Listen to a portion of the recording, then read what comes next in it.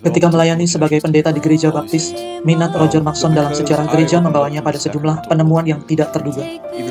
Roger Maxon menceritakan pengalamannya. Beberapa tahun yang lalu saat saya masih menjadi pendeta baptis, saya juga punya banyak keberatan soal Bunda Maria. Keberatan-keberatan khas yang biasa dimiliki kalangan gereja Protestan. Tapi kemudian karena saya mulai membuka hati dan mulai membaca lebih dalam, semuanya mulai berubah. Misalnya kalau kita membaca tulisan para reformator awal, kita akan sadar bahwa gereja-gereja baptis dan evangelikal masa kini sudah sangat jauh berbeda dari maksud awal para reformator, khususnya dalam hal pandangan terhadap Maria. Para reformator awal itu ternyata sangat menghormati Bunda Maria, jauh lebih daripada yang dilakukan gereja baptis dan evangelikal zaman sekarang. Dahulu sebagai pendeta baptis, saya juga sangat skeptis. Saya pikir ini penyembahan berhala. Tetapi setelah saya membaca sejarah sebelum abad ke-19, saya mulai terbuka. Lalu saya membaca buku karya Brent Pitre, seorang cendekiawan Katolik.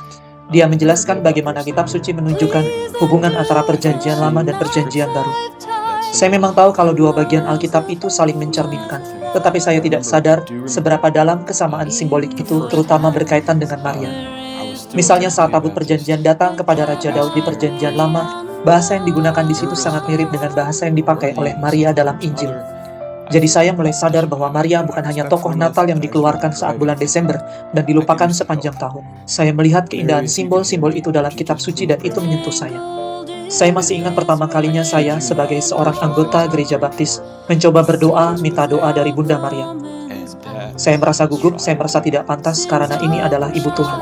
Saya bertanya-tanya, apakah saya cukup hormat saat saya sedang menyetir dan saya berpikir saya butuh pertolongan.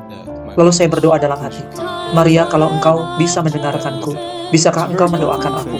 Dan saya tidak bercanda, hal pribadi yang saya doakan terkabul dalam waktu 1 hari. Setelah itu saya mulai berdoa rosario.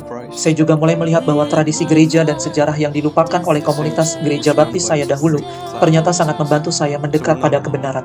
Sangat menghibur menyadari bahwa Maria dan para kudus adalah bagian dari satu tubuh Kristus yang ada di surga dan di bumi.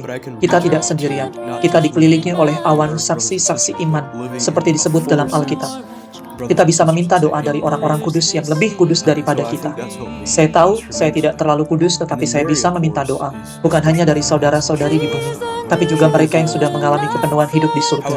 Dan tentu saja Maria sangat istimewa. Ia adalah Ibu Tuhan, dan bagi saya kalau Yesus adalah Raja, bukan dalam arti simbolis tetapi sungguh Raja sejati, maka Maria sebagai ibunya adalah Ratu. Saya percaya, dan saya melihat itu juga dalam kitab suci dan dalam ajaran gereja perdana. Dan saat Yesus di kayu salib berkata, inilah ibumu. Bagi saya itu adalah kata-kata yang sangat menghibur.